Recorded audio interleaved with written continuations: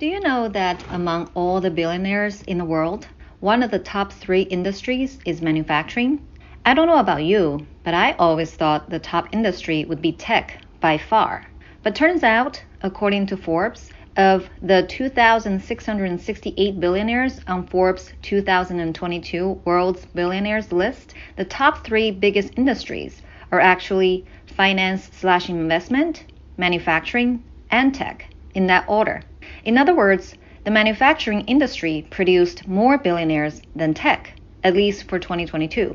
As they say, you should choose your profession carefully. Well, if you want to choose a business to own and operate, the same line of thinking applies. If you take a step back, it does make sense for manufacturing to be on top of the list because manufacturing requires significant capital investments, and once you establish a scale, it's going to be harder and harder for newcomers to compete.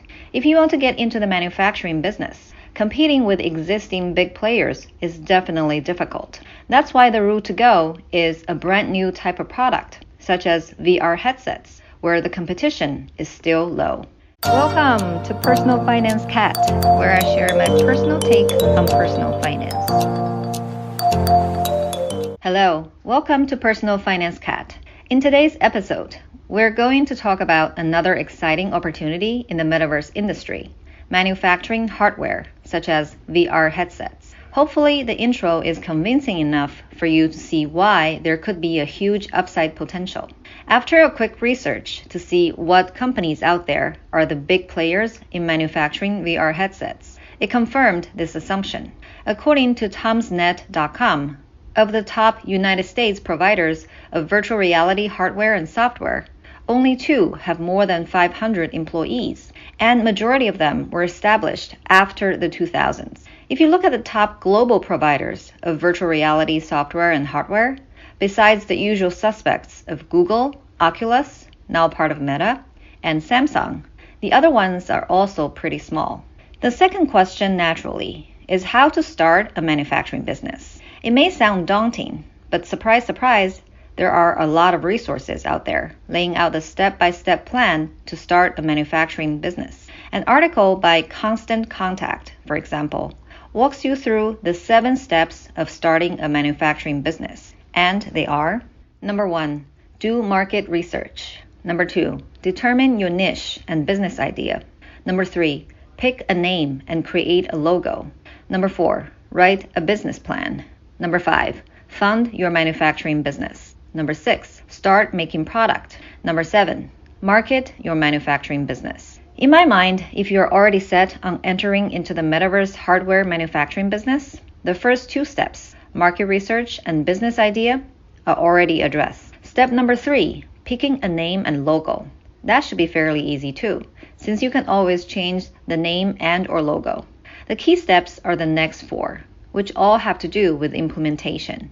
Anybody who has witnessed or run a successful business knows that it's 99% about implementation and 1% about ideation. Therefore, spend the time and energy to do the business plan, network with other business owners to learn about the opportunities and pitfalls, secure the funding to get the business going, and then, and only then, can you actually manufacture the product. But that's not the end of it. You have to market and sell your product effectively, which is what many people believe the most critical step. I'll admit, to successfully complete all these steps will not be easy. The bright side is, all these barriers potentially translate to less competition. Nowadays, what dominates the startup industry are tech companies, which usually offer digital products. In my view, it makes it super competitive because there are so many coding geniuses out there trying to do the same in a garage or a basement with little to no capital investment. Going back to the topic at hand, for each of the steps and beyond, you can find many resources to learn. For example, how to write a business plan. Boom. The above referenced Constant Contact blog article has linked to another article on this topic. But even beyond these steps, if you want to, for example, understand what trade shows there are to scout out your competition or to build partnerships, you can quickly find out such information. Just by doing the Google search, I found this organization called VRAR Association, or VRARA. which organizes various trade shows around, you guessed it, VR and AR technologies. On their website, it is mentioned that they will have many in-person and virtual events in 2023 for different verticals, topics, and experiences. They also linked some of the past events they hosted. Among them, the Verara Global Summit had 12,000 people attending in 2020, which is pretty impressive considering that it was right in the beginning stages of the pandemic. I also browsed through their website and realized that they offer a lot more than just trade shows. They have podcasts, webinars, newsletters, weekly online meets, and even local chapters in many major cities around the world.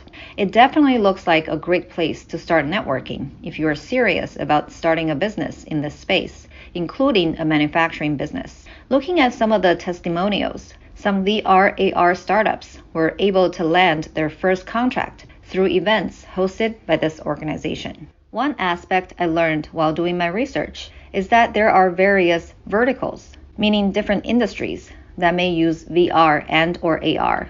Besides the usual suspect, gaming, there are quite a few others. Here's a list of the verticals on the Verara website: automotive, industrial metaverse and digital twin committee, marketing, AEC and real estate, aerospace, criminal justice, defense and intelligence, education, energy, enterprise, entrepreneurship and venture financing, healthcare.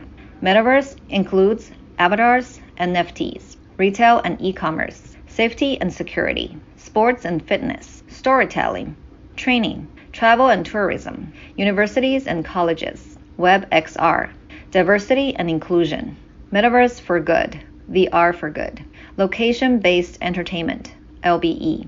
Instead of boiling the ocean, pick a vertical that you're most familiar with and/or most passionate about, and then drill down to understand the specific needs for VR AR hardware in that vertical.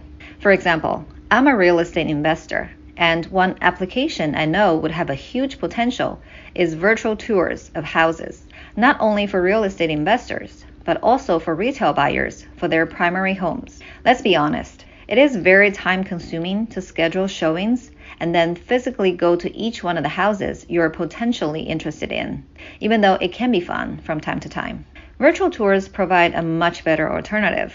If you're still interested in the house after the virtual tour and decide to actually show up in person, you're likely very serious about buying the house. So this helps out both the buyers and the agents who'd come to the viewing as authentic, interested parties. There is a company called Matterport, which already provides this service, but so far it only provides the software. Perhaps partner with them to understand what opportunities there are for hardware.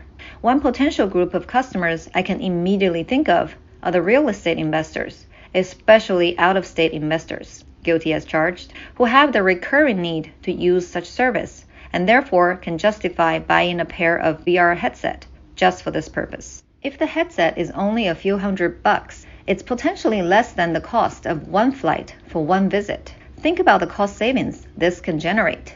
Agents can potentially use them too, for clients who want to come into the office to view a bunch of houses in one shot instead of going to all of them one by one.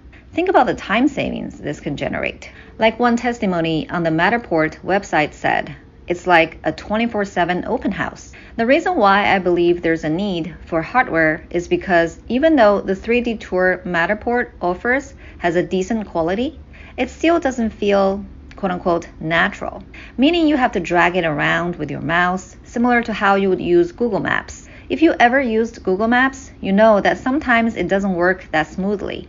So in my mind, the headset can make the experience much better and put the real in virtual reality. Bonus tip, I understand that manufacturing hardware right out of the gate can be very daunting. So perhaps start small. Instead of the VR headset, maybe start with accessories like lenses in the VR headset, or the motion detectors that go with the VR headset, or the straps of the VR headset, or even an attachable cloth that can help with sweat for users who'd wear the VR headset for an extended period of time. Many great businesses started with a relatively simple product, but over time expanded much beyond the initial offering. A great example would be Amazon, which started with only selling books, but is now selling anything on earth that you can think of, and has expanded its business way beyond just an online retailer, offering services like payment, cloud, streaming, and even groceries. So even if you start with VR headset sweat cloths, you may go very far if the initial business becomes successful. Alright, this is it, my friends. This marks my second to last episode in this Metaverse season. I certainly enjoyed it a lot, even though the listener pool or viewership is not large so far. If you have any suggestions to help me make the show better, please let me know by leaving a rating or review on Spotify or Apple Podcast, or leaving a comment on YouTube. I would really appreciate it. Thanks so much if you have listened all the way to the end. Until next time.